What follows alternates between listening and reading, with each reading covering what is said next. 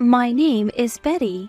I've been working in an office at a small company ever since I graduated from college. Being rather plain looking, I have never been popular with guys, which means few romantic opportunities. Before I knew it, I was in my 30s without a boyfriend.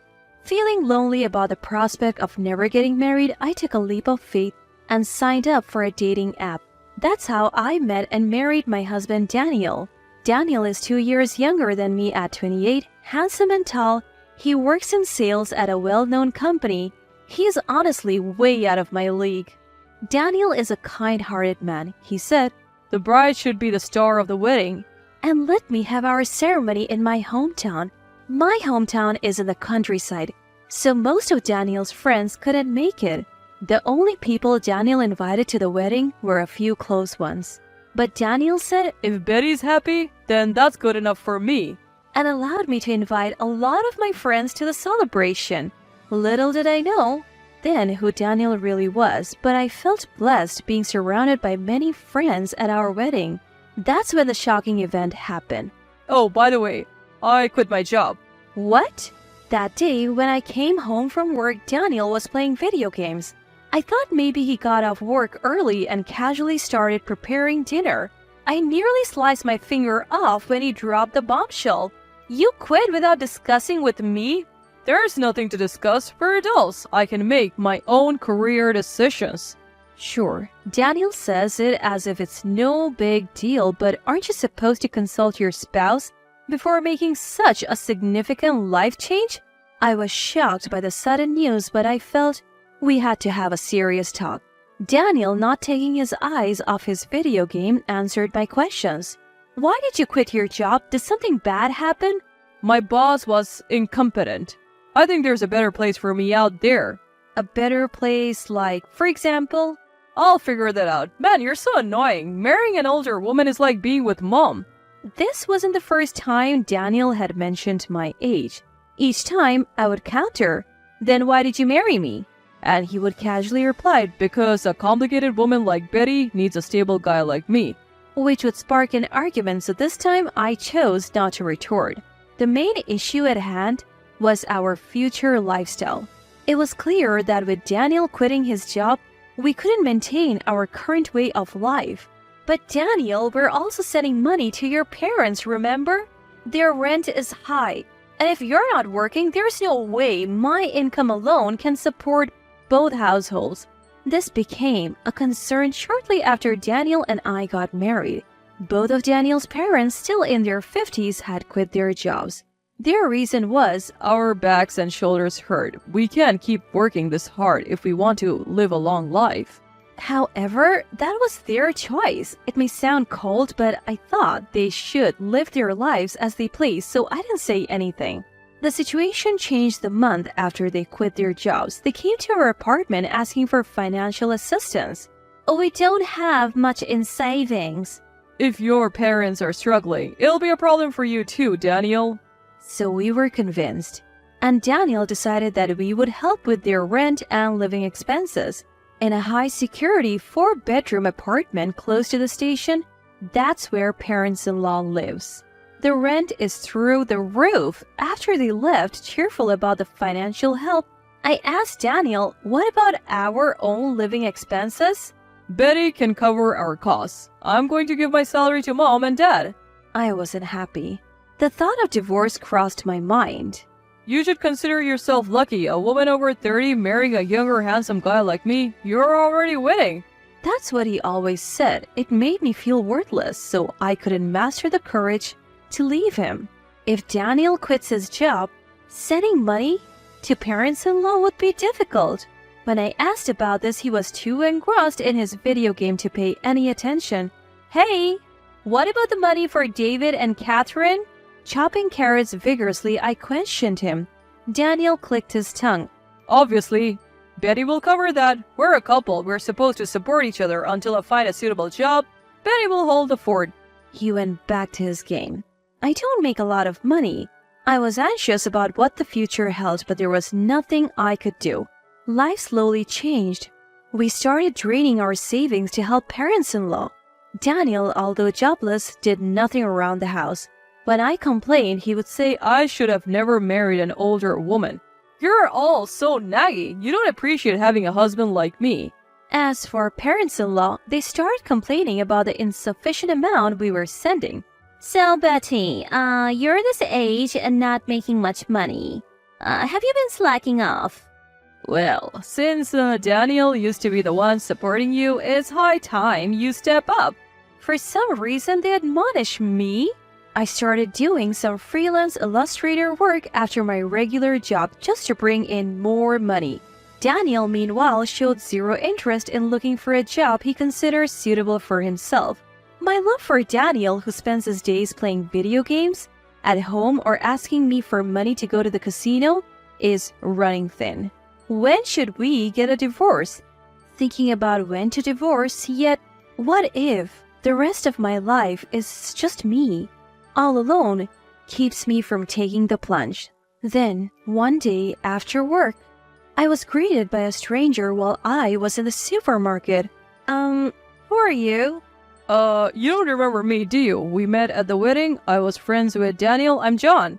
Taking a closer look at John's cheerful face, I couldn't help but exclaim, "Oh!"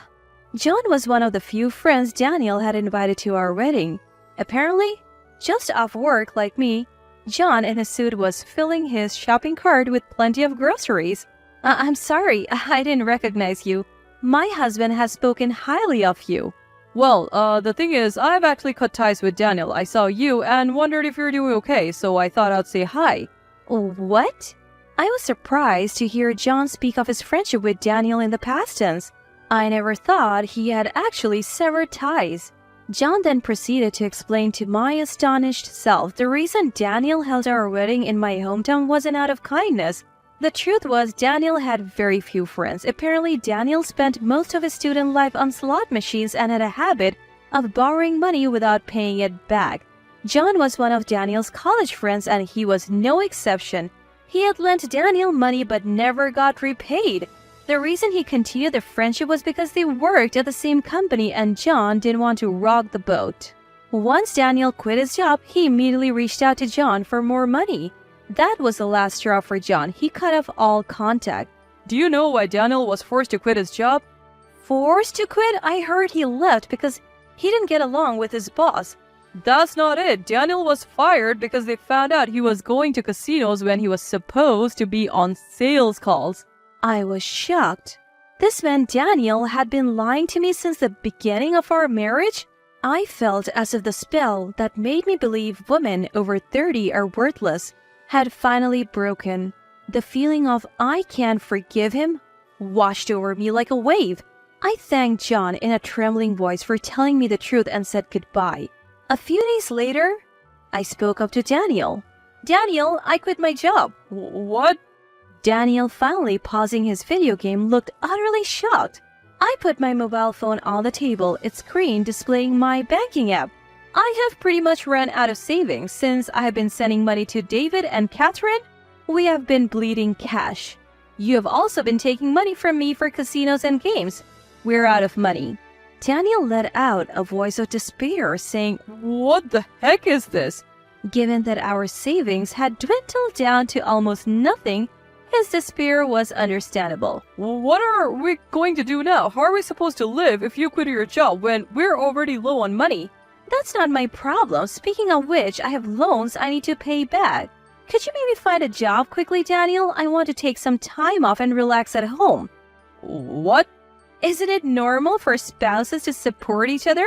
It's hard for me to work now that I'm over 30, so now it's Daniel's turn to support me. Daniel, in disbelief, immediately called parents-in-law on the phone. As soon as I told parents-in-law about our situation, they showed up at our house. Parents-in-law began to berate us for not having money, searching the house, suspecting we must have hidden it somewhere. But there was no money to be found. What's this large withdrawal? Parents-in-law questioned, to which I answered accurately. That money was used to pay back a loan Daniel had taken from a friend. My own savings weren't enough, so I had to take out a loan from elsewhere to repay Daniel's friend. Who did you pay back? And why would you even bother paying back a loan now of all times? I only paid it back because I heard from John that Daniel had a lot of debt. I think it was the right thing to do. The first to start yelling, "Let's divorce," was Daniel, as I calmly explained myself. Even parents-in-law agreed with Daniel's words. They forced me into parents-in-law's cars and took me to the courthouse where I had to file for divorce on the spot. Glad. I won't have to see your broke old face anymore. Daniel left after saying that, and I immediately headed to a cafe. John was already waiting there. "John, sorry for the trouble. I was able to file for divorce successfully." Oh, good. I was worried, so it's a relief. Actually, Daniel was the one who told me he wanted a divorce, but this was all a plan between John and me. Simply saying I wanted to divorce would have led to Daniel and parents-in-law making a fuss, as they wouldn't want to let go of me. They're a cash cow. I figured the quickest way to sever ties with Daniel and parents-in-law was to prove I had no value as their cash cow. Fortunately, my side job as an illustrator had started to pay off, and I had saved quite a bit. I had this money deposited into a bank account that I kept hidden from Daniel and parents-in-law. It's true that I repaid the money Daniel had borrowed from John, but I had actually given John more money than that amount. It was all part of the plan to lower my bank balance, and John was more than happy to go along with it. After successfully filing for divorce, John met me at the cafe to return the extra money. However, the envelope he handed me contained all the money I had given him. "John, this is too much. The money Daniel borrowed belongs to you, doesn't it?" No, I only lent money to Daniel, not to you. When I gave Daniel the money, I had no intention of getting it back. I cut ties with him because I didn't like his attitude afterwards. So, this is all your money. Having a bit more cash can't hurt when you're rebuilding your life. I could only feel gratitude towards John, who said this with a smile. He had opened my eyes to Daniel's true nature. John had been part of my plan to divorce. I tried to give him some money as a token of my gratitude, but he only accepted enough to cover his coffee at the cafe. After meeting John, I stopped by my former workplace. I had left my hidden bank account card with the CEO for safekeeping. Though my boss understood my situation and regretted my departure, I had no choice but to quit, since Daniel knew where I worked and could potentially cause trouble later. It's been tough, but I wish you all the happiness in the world. As he said this, my co-workers gifted me a beautiful dress and shoes. Thrown out of my home in just a t-shirt, jeans, and sandals, they had gone shopping for me at a nearby store. It's a gift. I hope you find happiness moving forward. Leaving my wonderful colleagues was hard, but I felt blessed to have worked in such a supportive environment. I decided to go back to my parents' house afterwards. When I was dragged to court from the home I had shared with Daniel, I had packed my work supplies and valuables in a bag, so I could immediately start working as a freelance illustrator. Thankfully, my freelance work as an illustrator kept me financially stable. Daniel and his family, on the other hand, weren't so lucky. They couldn't pay the rent for the house they lived in and were evicted. They moved into the house Daniel and I used to share, but they lost that one too when they couldn't pay the rent. Daniel desperately started looking for a new job, but his gap in employment and homelessness made it difficult for him to find one. Currently, it seems they're living in a makeshift shack by a river near their old house. I know this because Daniel reached out to me once. When I answered the call from a public phone, Daniel was crying and told me how sorry he was. I have realized I can't live without you, Betty. Can we please start over? You regretted marrying an older woman, didn't you? I'm done being your cash cow. Goodbye. After that call, I never answered another from a public phone. The parents' house is quite a distance away from where Daniel is located in the countryside. Daniel, who doesn't have much money, probably can't afford to make the trip all the way here. The lesson I've learned from my failed marriage is that there's no rush to get married. Whether you're 30 or 40, living the way you want to is what truly matters. For making me realize that, I guess I owe Daniel a tiny bit of thanks.